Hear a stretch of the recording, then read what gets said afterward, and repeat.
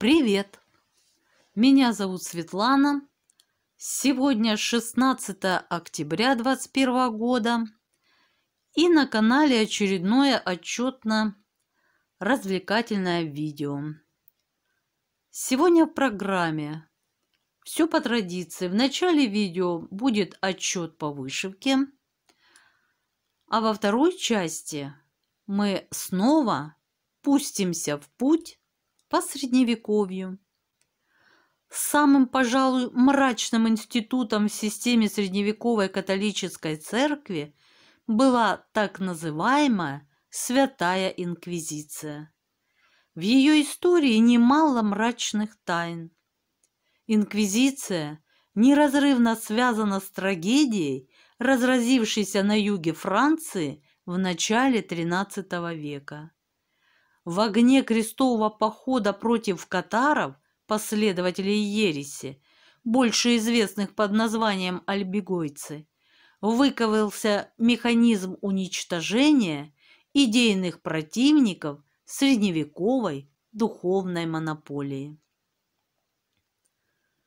Катары. Кто же они? Маги-колдуны? Хранители сокровенных тайн человечества? А может быть, это люди, осмелившиеся по-иному, не так, как того требовала официальная церковь, взглянуть на сущность мироздания? К этой загадке, друзья, мы и прикоснемся сегодня, совершая свой экскурс в Средневековье. Ну а пока вернемся к первому пункту программы, к отчету. Напомню, я вышиваю картину, которая называется «Любимая мелодия». Схему для вышивки разработала творческая мастерская «Артель Белый кролик», которую, в свою очередь, схему разработали по картине известного итальянского художника Евгенио Эдуардо Зампиги. Картина, как для меня, большая, 576 на 420 стежков. Напомню, в моем случае это крестик в 2 сложения нити. Вышиваю я на канве Аида 18 каунта. Цветов в работе задействовано 200, 102 из них бленда. Уровень сложности 5 из 5 возможных. Хочу сразу показать, где же мы с вами находимся на картинке. Уже на прошлой неделе я вышивала, продлевала скатерть, стол, нижняя часть, ножка элегантная нашего героя Джузеппе.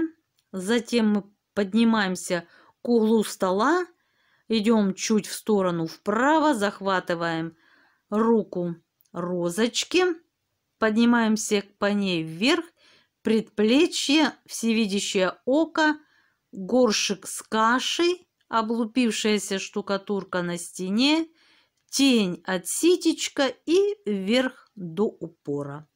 В общем, получается левый верхний угол. Но уже чуть ниже середины. Сейчас я вам покажу, как это выглядит в вышивке непосредственно. Привет, Джузеппе. А? Голубчик улыбается вовсю. Так, и тебе, розочка. Привет. Ну что, друзья, закройте глаза, я вас сейчас буду шатать, телепать, мне надо снять как-то вас, потому что не видно. Вот. Немножечко приопустим. Значит, вышито уже 23%. В крестиках 56 тысяч. Ну, приблизительно. Вот. За прошедшую неделю мне удалось осилить 3 1200 крестиков. Да, дорабатывала я здесь на скатерти. Вышивала, участки были пропущенные, незаполненные. Продвигалась дальше, дальше. Вот стол, его нижняя часть и ножка Джузеппе в чулочке-носочке такого голубоватого цвета.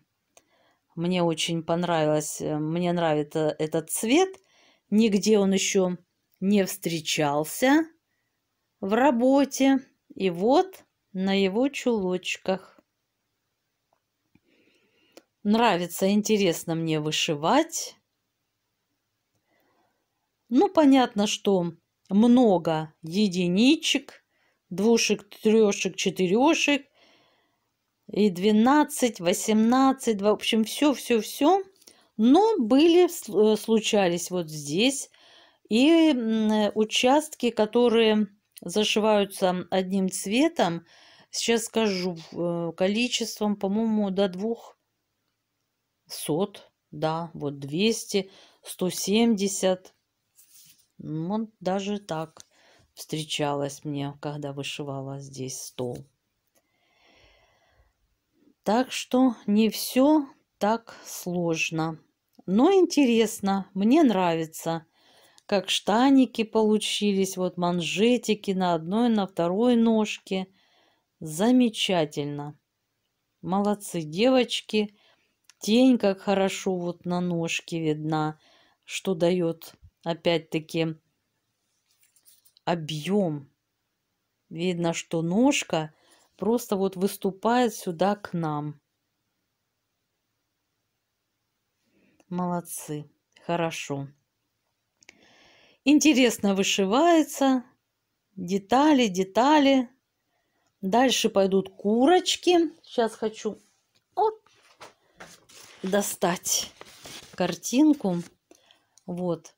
Ниже будет, как интересно, тоже большой кувшин. Курочки. Вот они. И там еще горшочек какой-то. Какие красивые у стола резные ножки. Одна и вторая. Ботиночки истоптанные. Сколько ж ты прошагал, протопал Джузеппе в них. В общем, интересно, нравится мне эта картина. А вот еще одна голубушка, курочка яркая. Она мне слилась с кувшином, я и не туда. Ах ты красавица! В общем, будет интересно. Я надеюсь, и я в это верю. Ну, вот такие, друзья, результаты. Поделилась с вами впечатлениями. Да, вышиваю я, приступила к очередной игрушечке новогодней. Но не стала вам показывать, там буквально несколько стежков. Выделяю время понедельник, сколько получилось. Показывать, в общем, нечего. Я думаю, покажу ее уже в готовом виде. Вот так. Это будет сюжет от Dimensions. Детки стоят у окна. Ну, интересный сюжет. Ну, вот такой наш Джузеппе и Розочка. Замечательные. Поднимают мне всегда настроение, излучают тепло, свет и радость.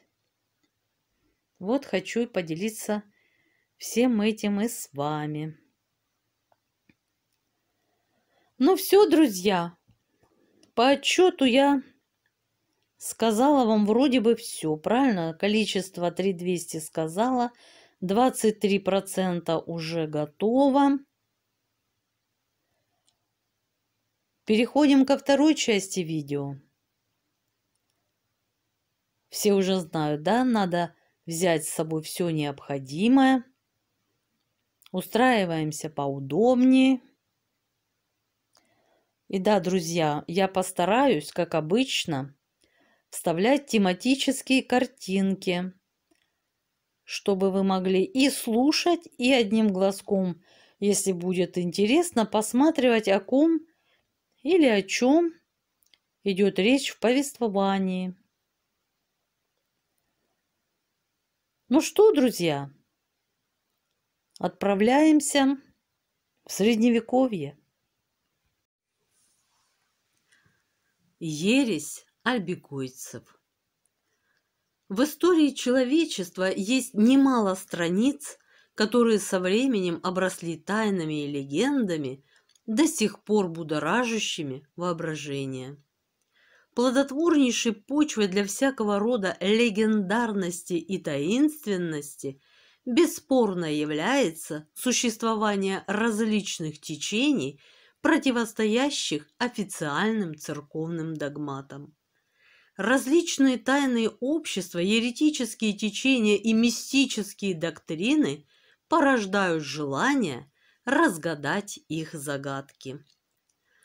Со школьной скамьи мы помним, что самым, пожалуй, мрачным институтом в системе средневековой католической церкви была так называемая Святая Инквизиция.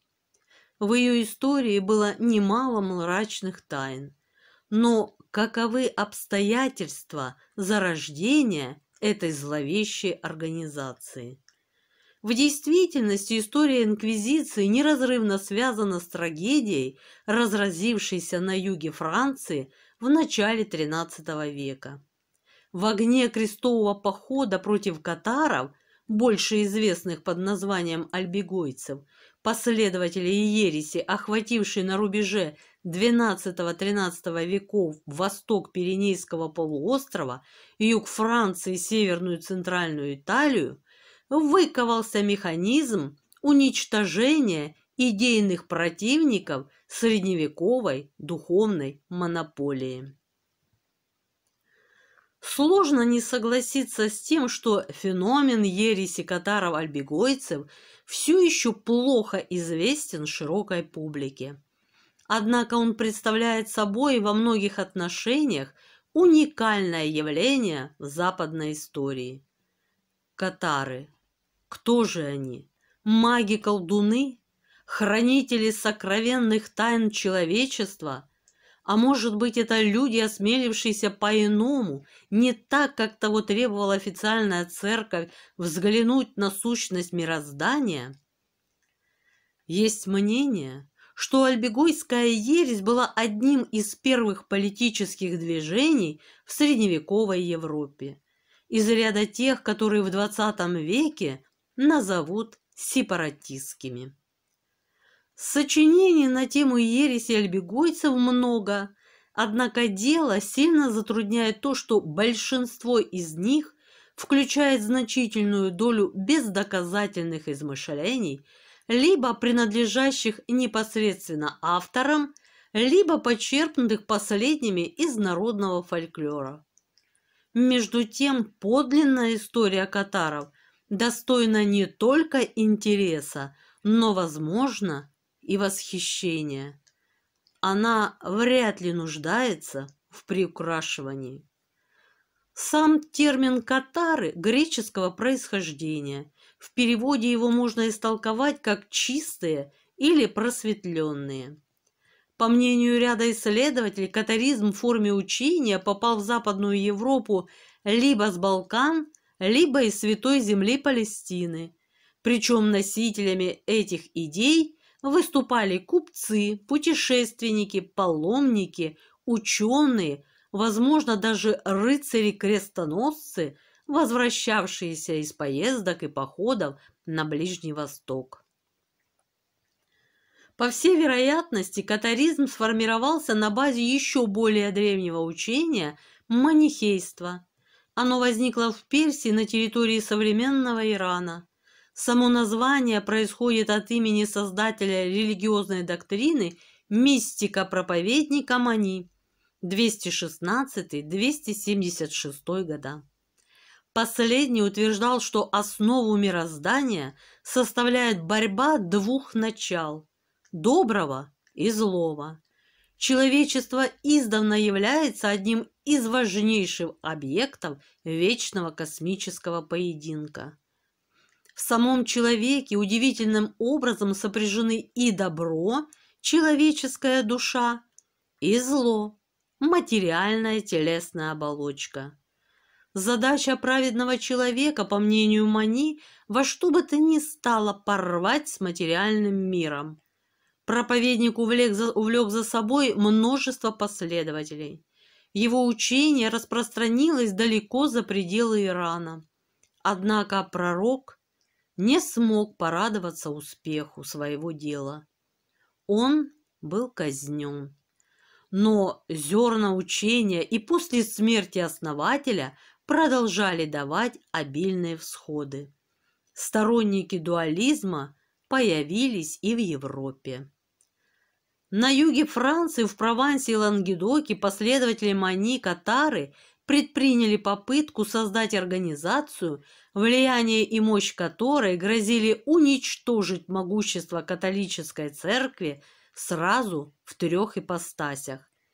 Во-первых, как монополиста в области вероисповедания, во-вторых, как величайшего коллективного феодала, в-третьих, в качестве самой могущественной в средневековой Европе политической организации, способной действовать без каких-либо ограничений во всех странах католического мира.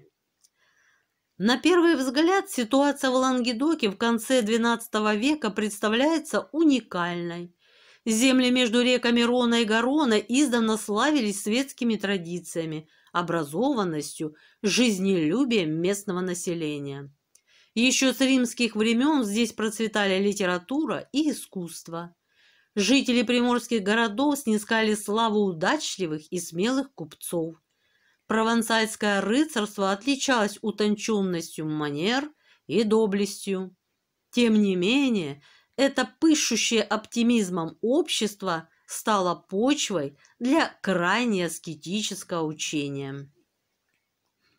Что же произошло? Неужели игра судьбы, случайность или происки неких тайных сил? Случайность? Вряд ли. В этом случае катары не смогли бы снискать широкой поддержки во всех слоях общества. Что касается второго предположения, то здесь следует признать существование определенных сил, которые обеспечили катаризму последующее триумфальное шествие. Как ни странно, подобной силой стала сама католическая церковь. Ее представители как высшего, так и низшего звена зачастую потворствовали своим далеко не духовным чаяниям. До нашего времени дошли песни провансальских трубадуров, в которых бичуются пороки католических монахов и епископов. В них нашли отражение алчность, разврат, лицемерие, пренебрежение пасторскими обязанностями. Местные буржуа и гордые феодалы не желали терпеть подобного соседства, тем более они не желали безропотно сносить разнообразные церковные поборы. Не последнюю роль в процессе распространения ереси сыграла давняя традиция веротерпимости, утвердившаяся здесь еще с римских времен. Крупные местные феодалы, такие как графы Тулузские, Фуа-Коменш, рассматривали покровительство инакомыслию как проявление собственной независимости от французской короны. Ко всему прочему, катарская церковь имела в глазах прижимистых лангедокцев значительный плюс. Она была чрезвычайно дешевой. Ее адепты не требовали внушительных пожертвований, не строили пышных храмов. Наконец, искреннюю симпатию современников вызывала сама подвижническая жизнь проповедников нового религиозного движения. Что же представляла собой эта великая, неистребимая ересь катаров? Другое ее название – альбегойская. Наши скудные знания о религиозных представлениях катаров-альбегойцев основываются на материальных инквизиционных допросах и на редких, часто неполных произведениях самих еретиков. На рубеже новой и старой эры на Востоке с завидной регулярностью появлялись оригинальные философские системы и рождались новые религиозные воззрения, в том числе и христианство.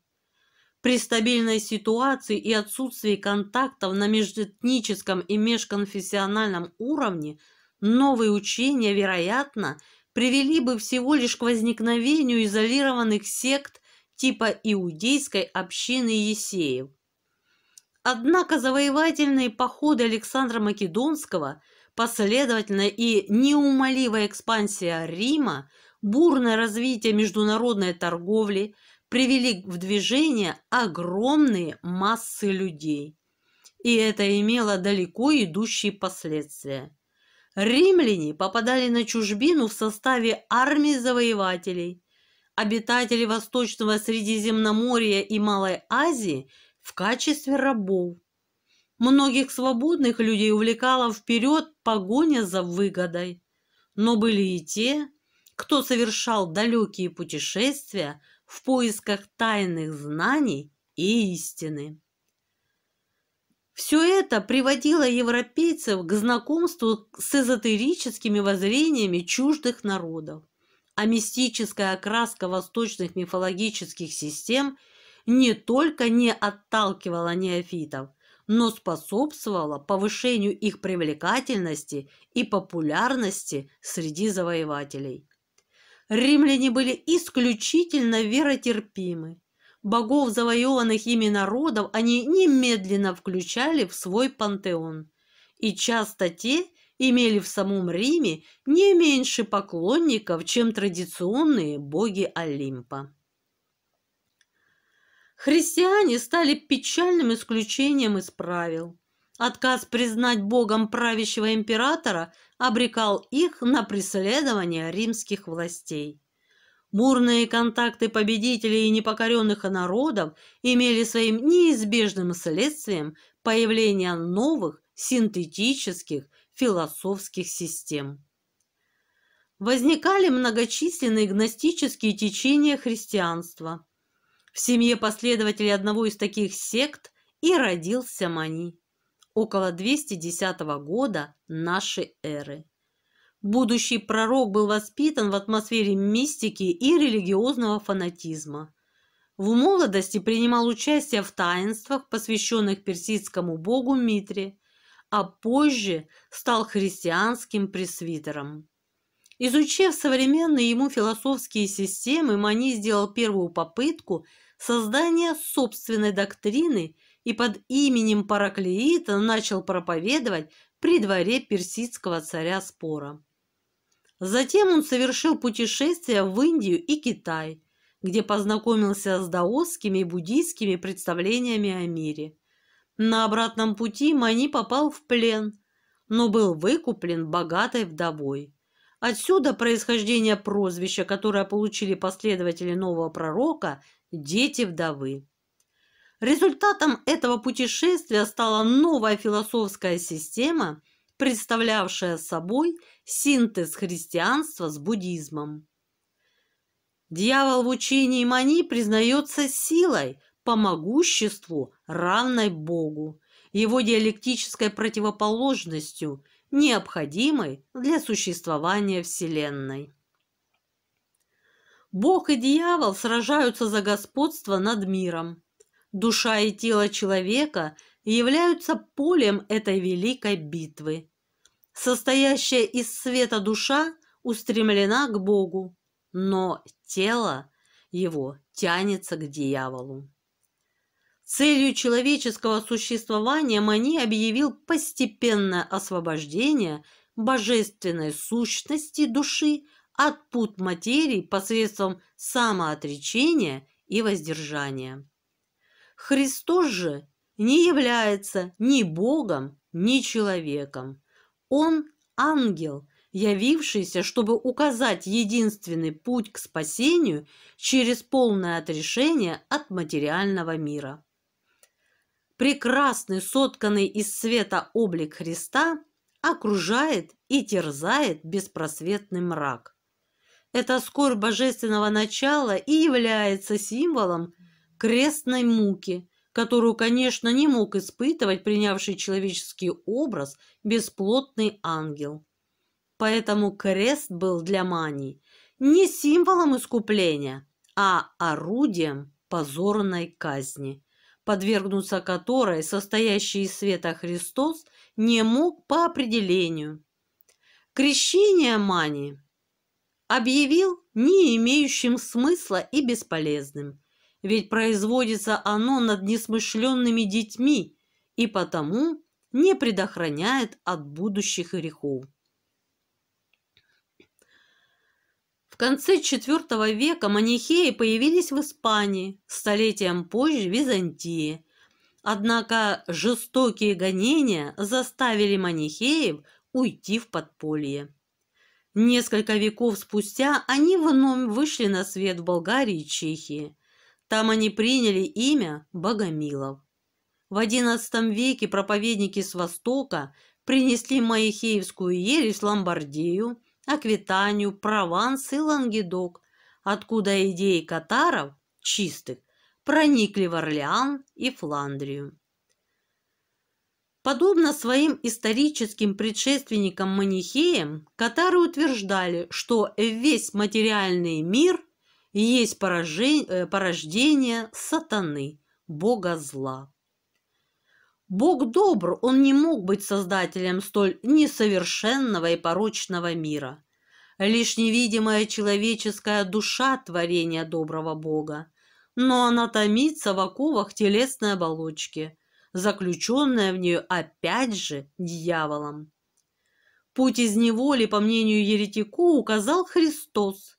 Не случайно сами катары называли себя добрыми христианами, особо почитали Евангелие от Иоанна, послание апостола Павла, главной своей молитвой считали «Отче наш». Еретики осмеливались утверждать, что Христос не является ни Сыном Божьим, ни настоящим человеком. Он ангел, пришедший указать людям путь к спасению через полное отвержение всех связей с материальным миром. Поэтому, по их мнению, люди не могли причинить ему физического вреда, а значит, и распятия никакого не было, а Евангелие вымысел чистой воды. Разумеется, альбегойцы отрицали и непорочное зачатие Девы Марии, которую вообще считали существом бесполым, как и всех святых. Катары призывали: во имя жизни вечной следует пренебречь потребностями бренного тела. Они осуждали культ креста, который был в их глазах лишь орудием позорной пытки, не признавали воплощение и воскресение Христа во плоти, отвергали крещение водой, признавали крещение светом, не верили, что во время причастия хлеб превращается в тело Господне. Таким образом, катаризм отвергал основные постулаты католической доктрины, содержащиеся в символе веры. Что же касается самого института католической церкви, то он, как и всякое другое творение этого мира, признавался еретиками порождением сатаны. По той же причине катары отвергали многие общепринятые нормы. Всякий труд объявлялся напрасным, поиск материальных благ никчемным и даже опасным. В стремлении к материальным благам человек обрекает свою душу на очередное воплощение, но уже в другом теле. Это значит, что душа лишается вечного блаженства и вновь претерпевает мучения этого мира. Еретики были чрезвычайно воздержаны. Согласно наставлениям по их розыску, которые давались инквизиторам, катаров можно было определить по бедной темной одежде и истощенной фигуре. Альбегойцы отвергали брак, поскольку следствием его является умножение телесных оболочек, тюрем для бессмертных душ. Это положение еретического вероучения стало пищей для воспаленной фантазии монахов-инквизиторов. Те инкриминировали катарам свальный грех, содомию, гомосексуализм, принуждение женщин к совершению абортов. Впрочем, такие же обвинения звучали в адрес почти всех сект. Более того, документы процессов свидетельствуют, что еретики в массе своей отличались чистотой нравов и оправдывали название своего братства. В ритуалах альбегойцев известно немного о ритуалах. По всей видимости, сведения о них погибли в огне костров инквизиции вместе с их хранителями. Мы знаем, что главный обряд назывался утешение. Получивший утешение объявлялся либо утешенным, либо облаченным. Инквизиторы особо охотились за такими, называя их совершенными еретиками. По ходу обряда, уже получивший утешение, налагал руку на голову вновь посвящаемого и произносил соответствующую молитву. Тем самым дух новообращенного получал возможность впредь не воплощаться в телесной оболочке. Совершенным запрещалось есть все продукты животного происхождения, кроме рыбы. Причиной такого отношения к животным была уверенность альбегойцев в том, что души людей после смерти переселяются в животных. Обряд утешения проводился днем в ясную погоду или в ярко освещенном помещении. Подобно манихеям Персии, катары рассматривали свет как проявление Бога добра. Перед смертью все альбегойцы получали от совершенных обряд утешения, перед которым они должны были непременно разорвать узы брака, если дьявол попутал вступить в него. А уж если предсмертное утешение получал совершенный, то он должен был дать клятву, что никогда не касался женщины. Облаченный был обязан вести крайне аскетичный образ жизни, поэтому многие принимали утешение на смертном одре. Известны случаи, когда принявшие утешение в состоянии тяжелой болезни, в предвидении скорой смерти, неожиданно, поправившись, сознательно умерщвляли себя. Одни доводили себя до голодной смерти, другие добивались смертельного переохлаждения, растягиваясь на холодных каменных плитах после долгого сидения в горячей ванне. На рубеже XII-XIII веков на юге Франции катары, несмотря на то, что сами осуждали существование католической церкви, создали собственную антицерковь. Катарское духовенство состояло из совершенных мужчин и женщин. Часто на дорогах Прованса можно было встретить двух бредущих бедно одетых путников. Они были истощены долгими постами и тяготами путешествия. Лишь глаза лучились какой-то неземной радостью. Дар убеждения был присущ проповедникам катаров, ибо они сами были доказательством правоты своего учения. Им удавалось донести сложные богословские положения до сердца и неграмотного крестьянина, и умудренного знаниями образованного горожанина. Силы внушения альбегойцев опасались даже самые стойкие и неподатливые католики. Один монах-инквизитор сказал, что он согласился бы лучше пробыть целый год между 500 чертей, нежели 14 дней в доме, где есть хотя бы один катар. Суровая жизнь миссионеров редко перемежалась короткими периодами отдыха в мужских или женских молельных домах. Но и там Добрые христиане оставались подлинными аскетами, проводя дни в постах и молитвах. В XII веке в Европе сформировалась иерархия катаров. Их церковь имела свою структуру. Уже в 1167 году состоялся Катарский собор, упорядочивший деятельность антицеркви. Во главе каждого округа стоял епископ из числа старцев, уважаемых пожилых совершенных. Епископу в управлении помогали два священника, именуемые старшим и младшим сыновьями.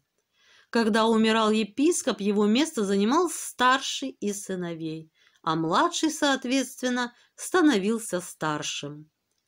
Собрание старцев избирало нового младшего сына из своей среды.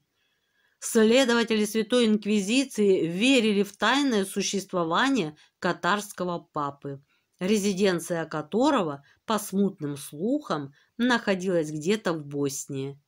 Однако бесспорных доказательств этого так и не было найдено. Никакие пытки не могли заставить еретиков дать по этому вопросу сколь-нибудь точную информацию. Вряд ли этот папа вообще существовал. Скорее всего, центральным органом антицеркви являлся собор епископов. К концу XII века катаризм стал влиятельным религиозным движением. Раймунд V, граф Тулузский, писал: «Она, ересь, проникла повсюду. Она посеяла раздоры во всех семьях, разделив мужа и жену, сына и отца, невестку и свекровь. Сами священники подали заразе, церкви опустели и разрушаются. Что до меня, то я делаю все возможное, дабы остановить сей бич. Но чувствую, что моих сил недостаточно для выполнения этой задачи. Самые знатные люди моей земли поддались пороку. Толпа последовала их примеру, и ныне я не осмеливаюсь и не могу подавить зло». Действительно ли альбегойская ересь была столь ужасной и представляла серьезную опасность для всей западноевропейской цивилизации? В этом случае у папы и крестоносцев на самом деле не было выбора, и жестокие преследования еретиков были жизненно необходимы. Стоит рассмотреть влияние, которое оказала ересь катаров на жителей Лангедока, Прованса, Аквитании и Тулузы. Аквитания, Лангедок, Прованс в то время это были очаги просвещения и изысканной культуры, самые цветущие области Европы, резко выделявшиеся на фоне всеобщего фанатизма и невежества. Здесь появились первые певцы любви трубадуры. Герцоги Аквитании и граф Пуату вставали с трона, чтобы встретить короля поэтов трубадура Бертрана де Вентадорн, простолюдина, сына то ли пекаря, то ли истопника. Здесь родился воспетый в рыцарских романах культ прекрасной дамы, лицезрея которую, кстати, опасный для официальной религии прецедент, герой испытывал райское блаженство, и рядом с которой не оставалось места даже для Бога. «Лишь позовите, и помощь подам, из сострадания к вашим слезам. Платы не надо, ни ласк, ни речей, даже обещанных вами ночей», обращался к прекрасной даме Пейре де Барджак. «Я не думаю, что любовь может быть разделенной, ибо если она будет разделена, должно быть изменено ее имя», сказал Арнаут де Морель. А в старофранцузском романе «Розы» описан сказочный замок, стены которого увешаны эмблемами, разгадать смысл которых мог только истинный поэт, певец любви. Перед ним и открывались ворота замка. Наиболее полное отражение рыцарские идеалы получили в романах Кретьена де Труа.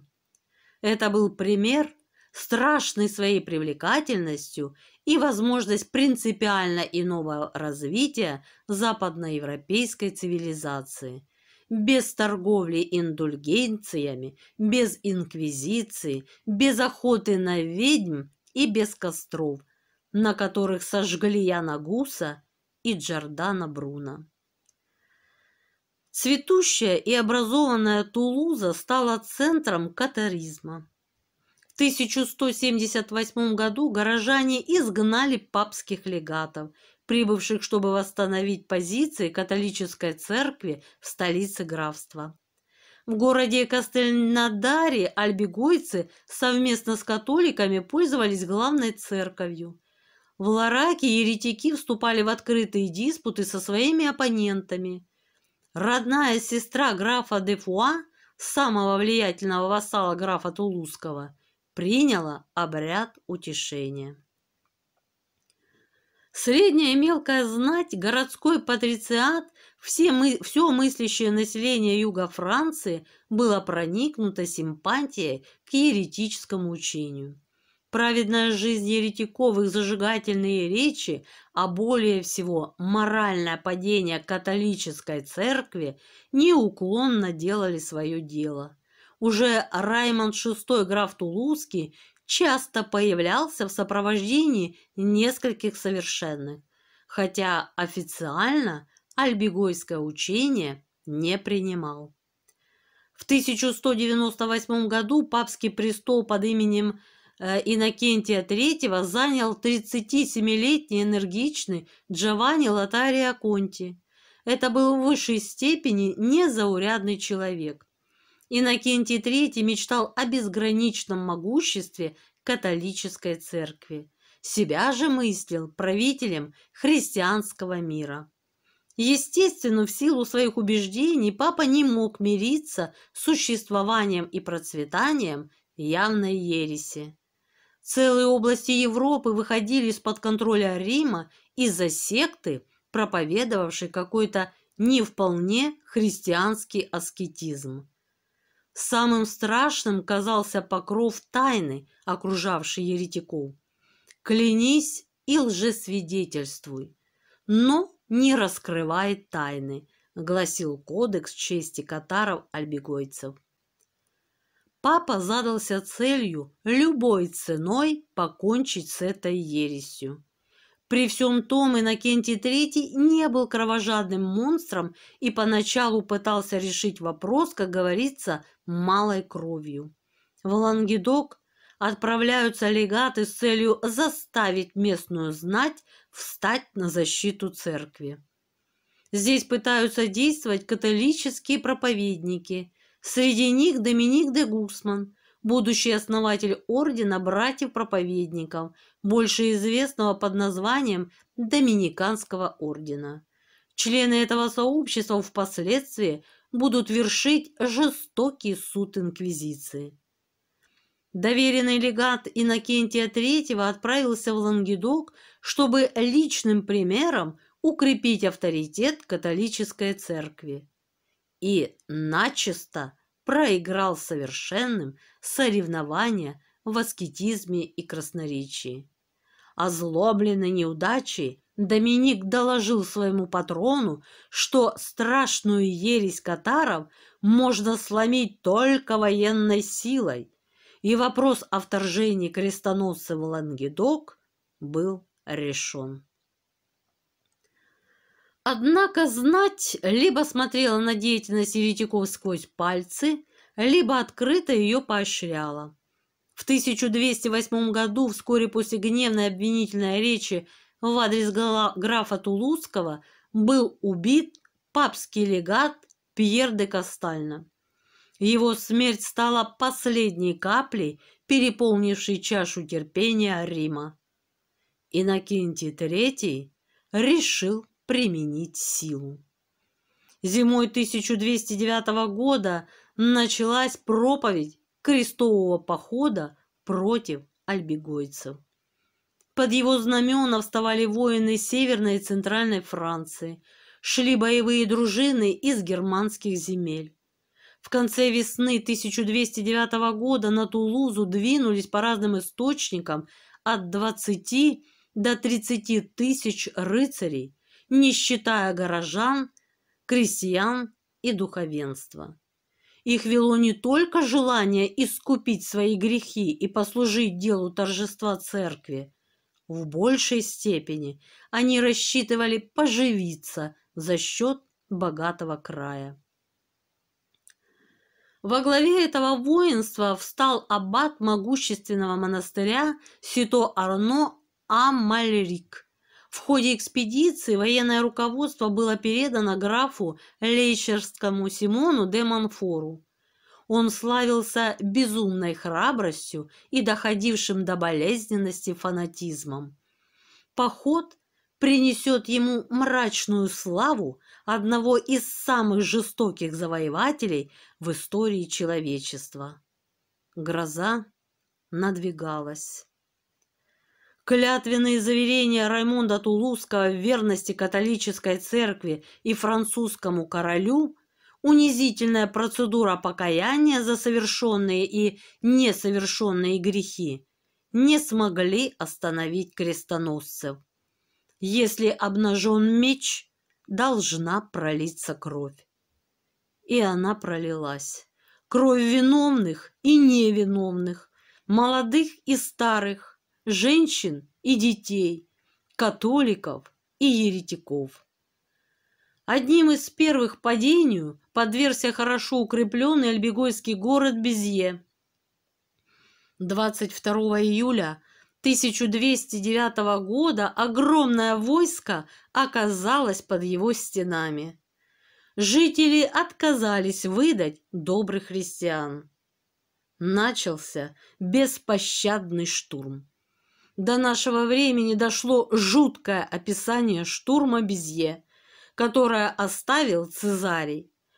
Узнав из возгласов, что там, во взятом городе, вместе с еретиками находятся и добрые христиане, они, воины, сказали аббату: «Что нам делать, отче?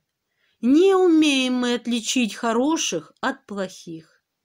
И вот аббат, а также и другие, боясь, чтобы еретики из страха смерти не прикинулись истинными католиками, а впоследствии опять не вернулись к своему суеверию, по преданию сказал: «Бейте их всех, ибо Господь признает своих».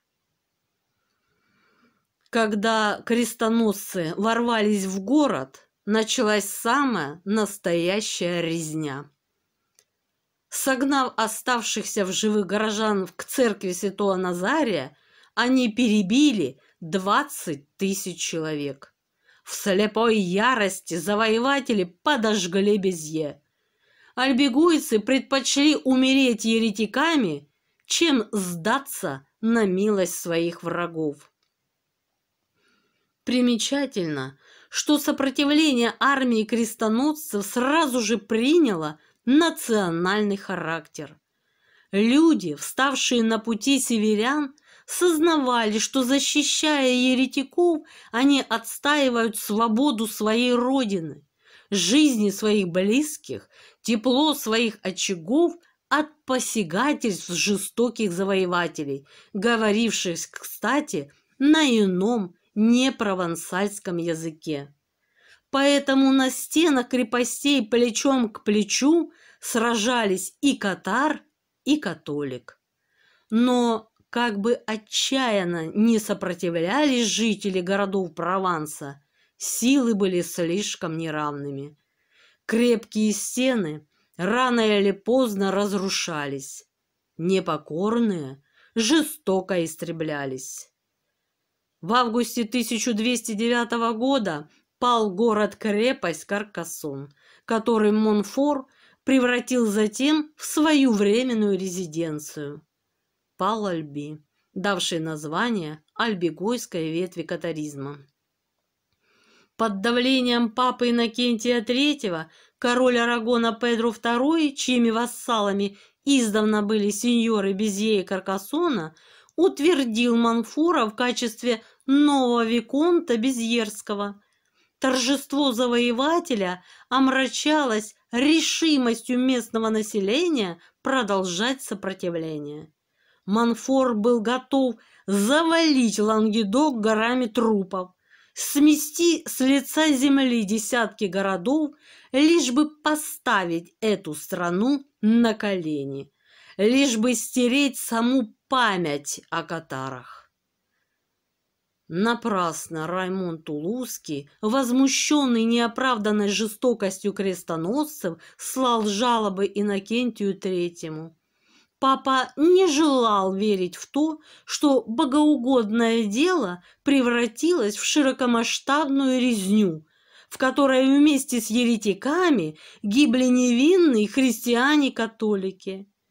Римский первосвященник не хотел замечать, что воинство Христово превратилось в войско захватчиков-убийц. Да и вряд ли был бы в состоянии остановить своих защитников. Тем временем, в июне 1210 года крестоносцы взяли город Минерв. Попытка обратить еретиков в лоно католической церкви успехов не имела. Не желая дожидаться раскаяния альбегойцев, Монфор приказал сложить гигантский костер. Жители города были согнаны на соборную площадь. Предводитель крестоносцев потребовал выйти вперед совершенным. Из толпы вышло около 150 человек, женщин и мужчин. Все они были сожжены на одном костре. Никто не молил о пощаде. Люди погибали молча, с улыбкой на устах, веря, что идут навстречу с Богом света. Религиозная война превратилась в национальную. Она никого не оставила в стороне. Каждый житель Лангедока должен был сделать свой выбор. Сам Раймонд VI Тулузский, который до сих пор оставался пассивным наблюдателем происходящего, терпя унижение от легатов, принял, наконец, решение возглавить сопротивление. Конечно, кроме патриотического долга, им двигало стремление соблюсти свои вполне материальные интересы. Не следует забывать, что граф, как сеньор, имел определенные обязательства перед своими вассалами, которые подверглись нападению крестоносцев.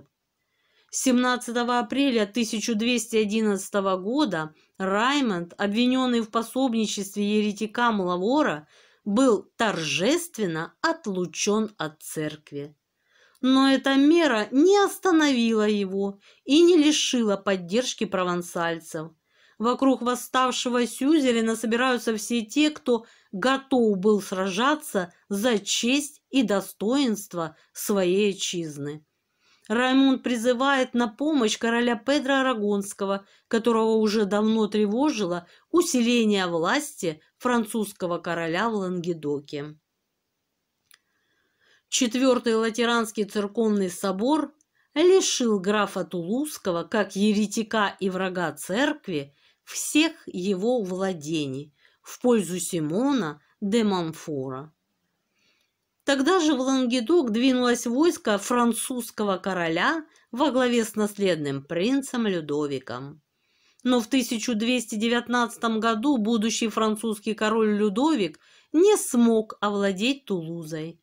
В сердцах южан затеплился луч надежды, которая, впрочем, оказалась призрачной. Вожди ереси вышли из своих укрытий, но наступившее успокоение было лишь затишьем перед той бурей, которая положит конец вольностям юга и свободной проповеди катаризма. В 1222 году Раймонд VI скончался отлученным от церкви и его дело продолжил сын Раймунд VII граф Тулузский. Этот человек грезил былым расцветом края, лелеял самые радужные мечты, которым, к сожалению, не суждено было сбыться. В 1226 году Людовик VIII, сменивший на французском престоле своего отца Филиппа II Августа, вторгается в Прованс. Местное население еще не оправилось от прошлых сражений, а воля графа Тулузского была надломлена. Столица еще держалась, но французы неуклонно занимали остальные города края. Сотни и сотни костров снова запылали на земле Лангедока. Раймунд не находил в себе сил для сопротивления. Его уже не воодушевляли увещевания совершенных. Он устал и слишком боялся потерять то, что еще имел. Поэтому в марте 1229 года в Шампане, в городе Мо, граф подписывает условия унизительного мирного договора. Графские владения сокращались, а после смерти его единственной дочери должны были перейти к французской короне. Граф обязался преследовать еретиков, то есть тех, кого недавно сам защищал. Один из современников отмечал, этот договор таков, что даже издалека очень трудно считать его справедливым. Вслед французскому воинству пришла черно-белая армия отцов-инквизиторов. 20 апреля 1233 года папа Григорий IX окончательно узаконил деятельность Святой Инквизиции. В застенки священного трибунала люди могли попасть по единственному бездоказательному обвинению в причастности к ереси. Катары, те, кто выжил в многолетней бойне, либо пытались уйти в Италию, либо, скрывая свои убеждения, оставались в родных местах. Наиболее отчаянные и бесстрашные продолжали проповедь, переходя ночами от города к городу, от села к селу. Их жизнь была полна тревог и лишений. Рано или поздно эти подвижники веры всходили на костер инквизиции, замученные пытками, но духовно не сломленные. В своих опасных странствиях они находили короткий отдых от постоянного напряжения духовных и физических сил только в одном месте – в глубине Пиренейских гор, в замке Монсегюр, последнем оплоте катаризма. Замок располагался на крутой скале, охваченной кольцом гор, что делало его труднодоступным для регулярной осады и штурма. Сеньоры Монсегюра были давними и верными вассалами графа де Фуа, стойкого защитника ереси. Здесь, в стенах твердыни, укрылся последний епископ гонимой церкви Бертран Марти. Отсюда он напутствовал своих братьев-единоверцев, отправлявшихся в смертельные путешествия. Здесь он давал благословение рыцарям-патриотам, которые уходили в партизанские рейды, наводя ужас на оккупантов и монахов-инквизиторов. Смириться с таким положением дел новые хозяева Лангедока не могли. В мае 1243 года сенешаль Гюго де Зарси осадил крепость. Поводом для экспедиции стало жестокое избиение инквизиторов, учиненное воинами Монсегюра в одном из ближайших селений. На штурм сходу де Зарси не решился. Началась долгая осада. Тайными тропами, известными только местным жителям, в замок доставлялся провиант. Но именно этим путем пришел и враг. Возможно, среди горцев нашелся предатель. который под страхом смерти или польстившись на обещанное вознаграждение, провел французов под самые стены крепости. Защитники Монсегюра держались еще несколько недель. За это время им удалось вывести и спрятать в пещерах сокровища катарской церкви. Замок был обречен. Из полного согласия добрых христиан, дабы не проливать напрасно кровь защитников, 28 февраля 1244 года его сдали. Условия капитуляции требовали от катаров отречения от еретических убеждений. В противном случае им грозило сожжение. Поражает то влияние, которое имел катаризм на умы людей. Многие рыцари, сержанты, простые горожане, мужчины и женщины принимали обряд утешения уже после оглашения этих условий, обрекая себя на мучительную смерть. Когда победители уже шли по переходам замка, комендант Монсегюра устроил побег к 4 совершенным, дабы церковь еретиков не лишилась своих сокровищ, спрятанных в лесах, ведь беглецы знали тайник. Отсюда начинаются кладоискательские легенды. Мы не знаем дальнейшей судьбы бежавших. Мы не знаем, что стало с сокровищами и что это были за сокровища. По легенде, катары обрели Грааль, чтобы под этим не подразумевалось. И этот Грааль катаров находился в Монсегюре. Наконец, неясно, почему хранителям потребовалось бежать в последний момент, когда можно было остаться возле тайника сразу после перевозки ценностей в горы. Возможно, их остановило что-то, чему, по мнению катаров, следовало было находиться в крепости до последней минуты сопротивления. На этот счет выдвигались и выдвигаются до сих пор различные гипотезы, среди которых хватает и совершенно фантастических. Так или иначе, нам доподлинно известно лишь то, что ночью 16 марта 1244 года добрых христиан числом более 200, из которых ни один не пожелал отречься от своей веры, сожгли на гигантском костре. До сих пор это место называют полем сожженных. Вместе с этим костром угасло и сопротивление. Еретиков-катаров еще можно было встретить в XVI веке, но прежнего влияния и могущества движению так и не было суждено достичь. Ересь катаров-альбегойцев полагала весь материальный мир поражением дьявола, осуждая все земное и призывая к аскетизму.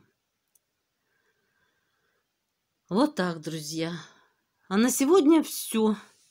Пишите комментарии. Мне очень интересно и важно всегда знать ваше мнение.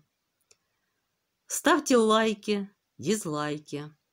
А я всем желаю мира, здоровья и всякого благополучия.